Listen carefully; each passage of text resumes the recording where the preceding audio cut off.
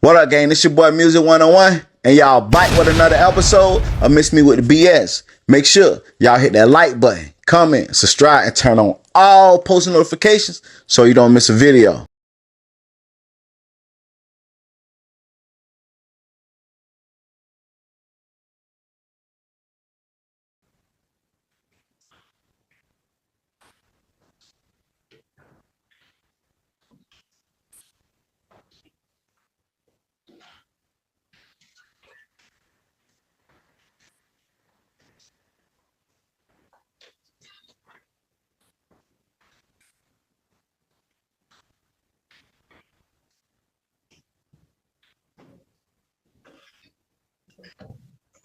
Thank you, Judge. Yes.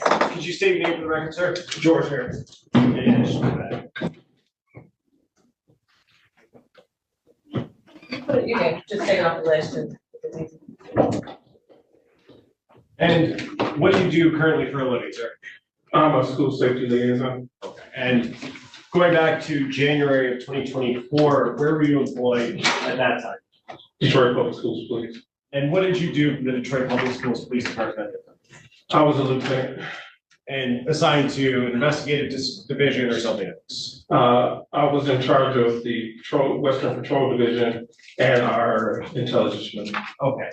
And did that include, at least on the intelligence unit side, some investigatory roles?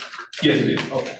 And were you involved in the disappearance and homicide investigation into the Ziyah Harris? Yes, I was. And how did you become involved in that, sir? The initial report came in that she was missing.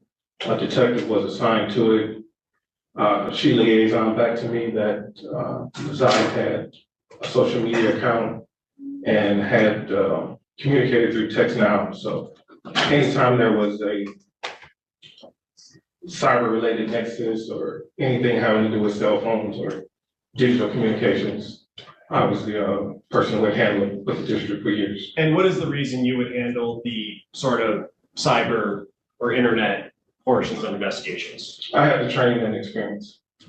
And as part of the investigation, did you do an initial search warrant to TextNow? Yes. Okay, and did you get an initial return for that? Yes. Okay, and were those from the dates of January 8th, 2024 to January 26th, 2024, if you remember? That sounds About right? Yes. Okay. It didn't go back before January 8th at that time, correct? That's correct. I will come back to that in a second, but the initial agency investigating Ziyah's case, was that Detroit Public Schools Police Department? That's correct. Okay, and when did that investigation begin? January 9th, her grandmother reported her missing. One of our officers, Officer Wolf, I believe it was, went out to the school, took the report. Canvas was done. Detective Gardner was assigned to the case. And then from there, she liaisoned with me, and I started making my notifications and started working on it from the. You said January 9th the report was made? The 10th, I'm sorry. The 10th. So that's when the investigation began, and that's when you became notified of this case, correct? Correct. And did the investigation stay with the Detroit Public Schools Police Department for the entirety of until today? No. When was it transferred and to who was it transferred? It was transferred to Sergeant Shannon Jones sometime.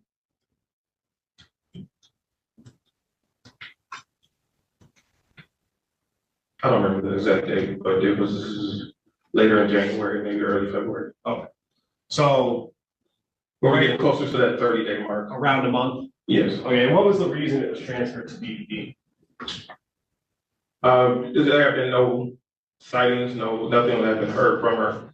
At that point, the other agencies that I brought in, we ended up shifting it over once. We received some more calls from DPD. The commander of the 5th Precinct called me, and we just got together with Detroit, my chief and I, and the deputy chief, and then they decided they were going to take it over because it appeared that she was not going to be recovered. Okay. And in the course, to your knowledge of the initial investigation by the Detroit Public Schools Department, was there any activity from Ziyah on social media after January 9th? Not from the side. Now, you said earlier that after it was transferred to the Detroit Police Department, did you receive a call regarding, from Sergeant Jones regarding a request to confirm an ID that was found, a school ID? Yes. Okay, and did you receive a copy of that picture of the ID to confirm it? Yes. Okay.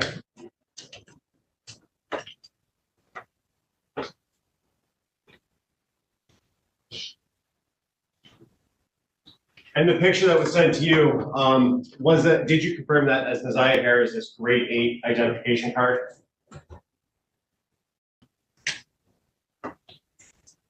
If you don't remember. I'm not sure Okay. what grade she was in, but yeah, it was her identification card. May I approach? Yes. Approaching with what's already been admitted as Exhibit 40. Does that look similar to what you were asked to confirm?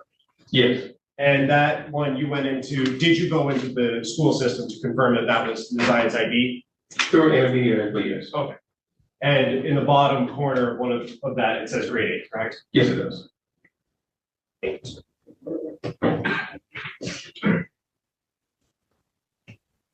And you had said earlier that you did an initial search warrant to text now to receive some messages, correct? It started out as an exigent circumstance request, but yes. Okay. And may I approach again? Yes. We're approaching with what's already been admitted as Exhibit 16. And if you could take a look at that, I'm handing you the last page of Exhibit 16. Does that look familiar to you, sir? Yes. And are those some of the messages that you got from the search warrant that you did to text them? Yes. And are there on that page that you're holding 3 highlighted ones on the bottom of that message or of that page? Yes. And the first highlighted one, is there a number associated with whether that it was sent or received from or to? Yes. And can you read that number for the court, please? 313-585-8719. And was the first message that's highlighted there, was that a sent or received message? It was a sent message. Indicating that it came from the owner of the text now account, correct? Correct. And what does that message say? Don't forget to be there before 3. I will let you know when I'm leaving school. If you're not there, I will wait. And to be clear, the owner of the account that you did a search warrant on, you believe to be Ziyah Harris, correct? That's correct. And then the second message down from that, second to last message on that page, is that a sent or received message? It's a sent message. And who was it sent to, the number? 313-585-8719. And what does that message say? Send okay if you send the message so I can delete your number. And then the last message on that page first, is that a sent or received message to that account? Received. So the owner of the account would have received that message from someone else? Yes. And what's the number that sent the message to that text now account? 313-585-8719. And what is that message? Okay. And what are the dates of those messages? January 9th, 2024. And when the owner of that account received that last message of okay, what date and time did she receive that on? January 9th, 2024 at 14:23:10 UTC. And the UTC would be 4 hours ahead at that time from the local time? Correct. Okay. So that would have been at 10 a.m. or so? That would have been 9:23 a.m. Yes. Okay. I have another. Russ?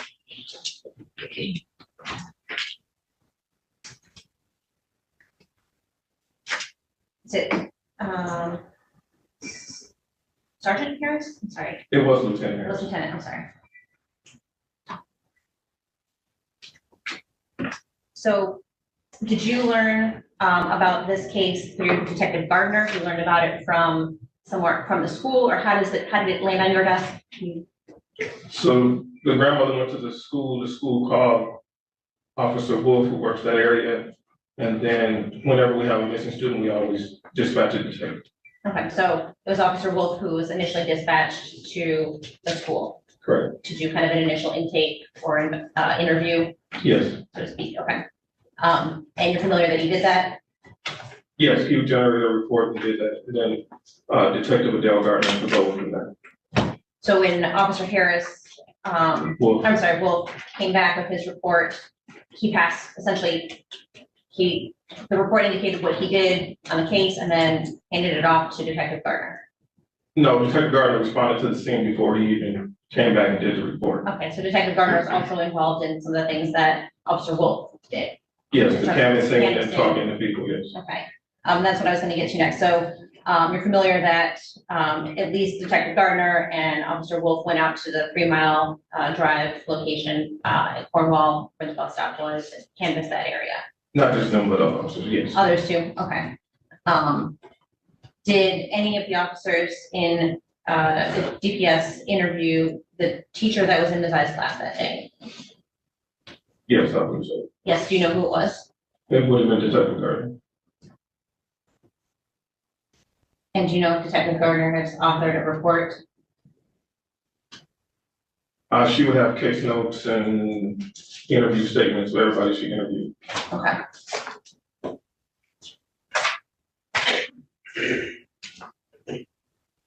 Did you follow up on anything that Officer Wolf did or that he left open in his report to do? Not personally, I was just directing the efforts of Detective Gardner as whatever guidance she needed or help. Okay, and one of the things that she requested of you was to do the search warrant for the text now? The text now, Instagram. Okay, and did you receive anything back from Instagram? Yes, I received back to her, Nazai's Instagram account, information. Okay.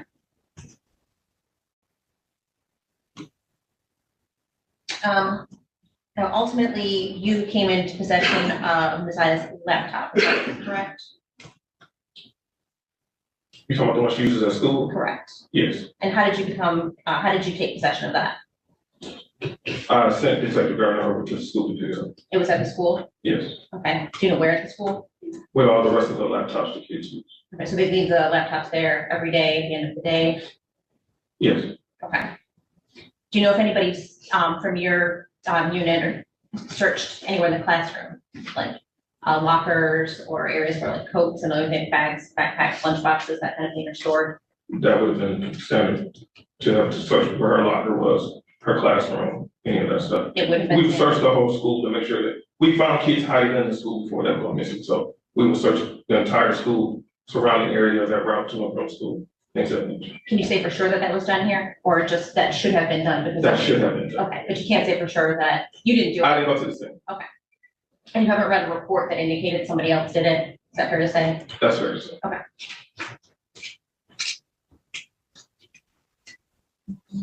Now you also were shown a picture of Messiah's 8th grade ID card from the school. Yes. Okay. Do you know when that ID card was issued to Messiah? Should have been the beginning of school. So that would have been end of August? Yes. Or, yeah, we started before Labor Day again last year. Okay. Other than the warrant and giving the laptop over to DPD, did you do anything else yourself in this case? Yes. What else? Went back out to the school, interviewed some students, got some more information from some of the Ziyah's friends. Different from what they had given earlier. Spoke with her little sister. Spoke with the grandmother at the release for her dental records. Picked up a toothbrush. Went out on a couple more canvases. Things of that nature. Okay. Now you mentioned that you passed this case off, or your partner passed this case off to DPD at about the 30-day mark. somewhere around there. It may have been a little after, because right around the 30-day mark is when I would have went and got the toothbrush, so we still had it then. Because you have to make that update in the system. You guys get close to the 30 days. So the case was opened on January 10th, correct? Correct. And was it the 13th of February that you gave the laptop to the Detroit police? Do you recall? That sounds about right, around Valentine's Day. Okay. And would that have been about the last thing that you did at that point? Yes. Okay. And that's right around a 30-day window, fair to Yeah, say? a little bit past at that point. Okay. Now is that 30-day window, is that kind of a standard protocol, or is there something that kind of where your jurisdiction kind of expires and you pass it on to a different agency? I would say no, because I have been with the school police since 2011, and this was the first missing we hadn't recovered within a couple of days. So normally we would, continue on with our cases, but once it got to that point, once we suspect, it could be a possible homicide, then the jurisdiction goes back to Detroit. So that's kind of how we. Would it be fair to say that once you had kind of exhausted your tools, I guess, yeah, that's one way to look at it. could you hand it off to a different agency before 30 days? Could you decide within 2 weeks, we aren't coming up with any leads, we should give this to a different agency for more assistance? We could, yes. I think that's not happening. Thank you. Very briefly, Judge. Ms. Quick asked you about recovering a laptop. That was done in this case. Ziyah's laptop was recovered, correct? Yes. And did you or did someone else or DatBS recover a tablet that belonged to Ziyah as well? Yes. Okay, and where was that recovered from? The school or somewhere else? From the grandmother. From the grandmother? Yes. And that would be Annette Harris? Yes. Okay, you are done. Thank you. Thank you.